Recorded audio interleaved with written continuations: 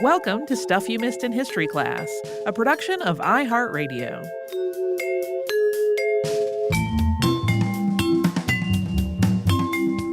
Hello and welcome to Casual Friday. I'm Holly Fry. And I'm Tracy V. Wilson.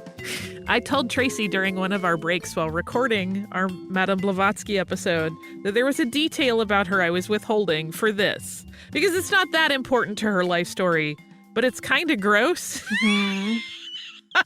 and fascinated me a little bit. I kind of braced. I was like, what? Gross in exactly what sense are we talking about? She allegedly smoked 100 cigarettes a day. That's a lot.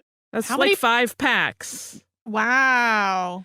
Now, I will say this. I may have grown up in a household with an adult that smoked about that much. Yeah. It was yucky. Even when I was a smoker, which is a long time ago, I still found that yucky. Yeah. Because everything just gets covered in smoke and it all, like the whole world has a yellow sheen on it. Yeah. But it just was fascinating to me. I was like, I don't know how someone who does that travels as much as she does, because you would think like her lung capacity would be diminished. Well, and like, when do you have time to eat? Right? I mean, I picture her smoking while eating. And in fact, Olcott is said to have met her before that seance started on that farm in Vermont. They had like a meal first, like they served lunch first. And he waited for her to go outside to smoke to go approach her and speak to her for the first time. And I'm like, I'm surprised she made it out the door. Like, Yeah. Well, I'm like, I mean, I know we're talking about like modern manufactured cigarettes versus whatever, like something that was probably being rolled by hand. But like the people I have known that characterize themselves as chain smokers were smoking more like 3 packs a day. So 5 just seems like so many. Yeah, I mean, that's like 4 cigarettes an hour, presuming you didn't sleep. So obviously she did sleep. So that means like probably more like 6 an hour. It's a lot. It is a lot. But I don't. She is so fascinating. I feel like I could see there's a part of me that completely understands how her world unfurled. Mm-hmm. Being that sort of clearly, the part of her that I kind of identified with was the descriptions of her when she's younger, where it's like on the one hand, she's very stubborn and a little bit bratty and really saucy and talks back to everybody. But she also was like an academic achiever and, you know, bookish and nerdy. Sure. And I was like, oh, yeah, I understand all of this. Yeah. And then how someone like that would long for more than what the world offers them in terms of interestingness and starts to unfurl a long list of things that are probably untrue, some of which got backed up by her family enough, like it became family lore enough that I think she probably started believing it. Yeah. And then after that, like once you believe your own hype, Yeah. the rest gets real blurry and you begin to make a world of your own design. Whether it's rooted in reality or not. Fascinating. Yeah. Yeah. Anytime we have somebody that we talk about on the show whose focus we might find in like a new age bookstore today. Mm-hmm. Like I'm always reminded of various people I have known in my life who at the time, like when I was in my 20s or you know, teens or whatever, I was like, wow, that person really has some kind of key to another mystical doorway. And then later I was like, did they though? Right. Well, and it's interesting you mentioned that because there are plenty of modern historians and also just people who study religion and philosophy that will say, like, you can see how New Age was seeded, like these ideas, the more kind of watered down New Agey ideas that are kind of rooted in Eastern religion or Eastern beliefs, but have gotten really like westernized in ways that don't really understand the actual basis of those beliefs. Like a lot of people attribute that to Blavatsky. Yeah. They're like, she brought these ideas over in a way that was not really completely understanding them, not completely respecting them. I mean, as I said, she was so problematic about being like, I need to go to this place and learn about, a higher sense of purpose and reality and the things that we cannot understand in our world from these people who clearly have the key.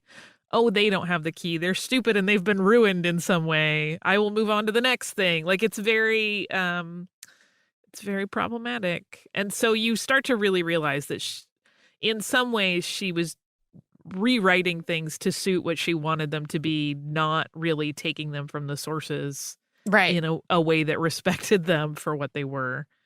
Oh, Madame Blavatsky, in your fringy, long, loose robes. Yeah, she's an interesting one. We talked about Mother Shipton this week. Yes, we did. So I mentioned in the episode that I had told you that I was going to do this episode if I could find enough. And then I was surprised by how much I wound up finding. In addition to that, my process was basically to go through, bookmark a bunch of stuff, grab various papers, start going through it, and take a bunch of notes. And I had taken a bunch of notes that were based on that second edition of the first book that included Mother Shipton's whole biography. Mm-hmm. Not really realizing that it was like a second printing of something that had come earlier, and having no concept at all that the earlier works than that had no reference to her biography in any way. And I realized relatively late in the game that all of my notes were in entirely the wrong order. And I was going to have to go through and move literally every piece of it around to somewhere else to make it make any sense. Woo! That's always fun. That's always a fun moment when you go, uh-oh, this is all This is a crazy. Mess. It's a mess. But it worked out. Yeah. And was funny. Thank you. I love that it's a funny topic inherently. Yeah. One of the things that we did not mention that I was trying to figure out whether to mention, a lot of the stereotypical tropes that were used to signify witches are also used in anti-Semitic caricature. Yes, absolutely. So there has been some discussion about what the order of that is, and whether it's that these markers, these physical markers on people's faces that were considered to be unnatural and wrong in some way were used to create caricatures of witches as well as caricatures of Jewish people, or whether one of them followed the other. And as far as I can find, it seems like these same tropes used on multiple different groups of people, not so much that one of them fed into another. Right. It's more just a shorthand way to convey otherness. Yeah. In a manner that is ugly and not to the standards you yourself would identify. Yeah. Yeah. There was a phrase in this outline that I did not comment on while we were talking because it would have taken us way off course, but there's this line that you wrote about the baby doing mischief, which is unseen hands pelted the neighbors with rotten apples and garbage. And I had this flashback. Okay, when I was a kid and the David Letterman show began, one, I didn't have a bedtime. I just never did. My parents, everyone in my family has sleeping issues, and so my parents were never hardcore about it. But even when they did try to send me to bed, I would just stay up late and sneak to the back of the living room and watch David Letterman. But one of the great things that they did, or I thought it was great, and it stuck with me forever, is when Chris Elliott used to appear on David Letterman in the early years as this sort of random character. But one of the lines he would say all the time, which has always stuck with me, was, "They pelted us with rocks and garbage." And so when I read this, I was like, it's Chris Elliott. Chris Elliott wrote this out loud. And that's all I could think of. They pelted us with rocks and garbage. Yeah, that whole lengthy biography that he made up that just includes so much that's just fantastic and strange and clearly not a real thing. I don't know. It amused me to read it.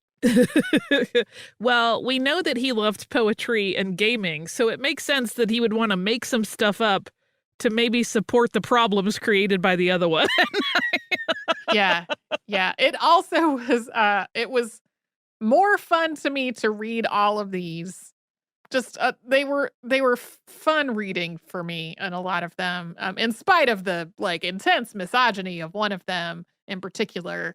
I had a good time reading them, which was a nice breath of fresh air, because when I got into the one that was about John Cleve Sims and the Hollow Earth, I was looking forward to reading like all of the weird documents of that, and I actually found specifically like the book that had detailed all of his theories to be fantastically boring. Um, and and I also did not realize getting into it that his son had lifted a bunch of the same text. So when I was reading his son's writing, I got into this part that was the same as the boring thing I had already read. And I was like, wait, am I making this up? Did I really read all of this before? Or is it just so not captivating to me that I have invented the idea that I read it already? Double-barreled boring. Yeah, I don't know why it did not strike me nearly as delightful and interesting as I hoped that it would, but it did not.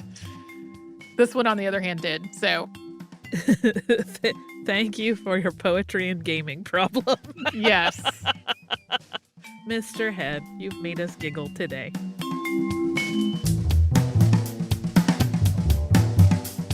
Stuff You Missed in History Class is a production of iHeartRadio. For more podcasts from iHeartRadio, visit the iHeartRadio app, Apple Podcasts, or wherever you listen to your favorite shows.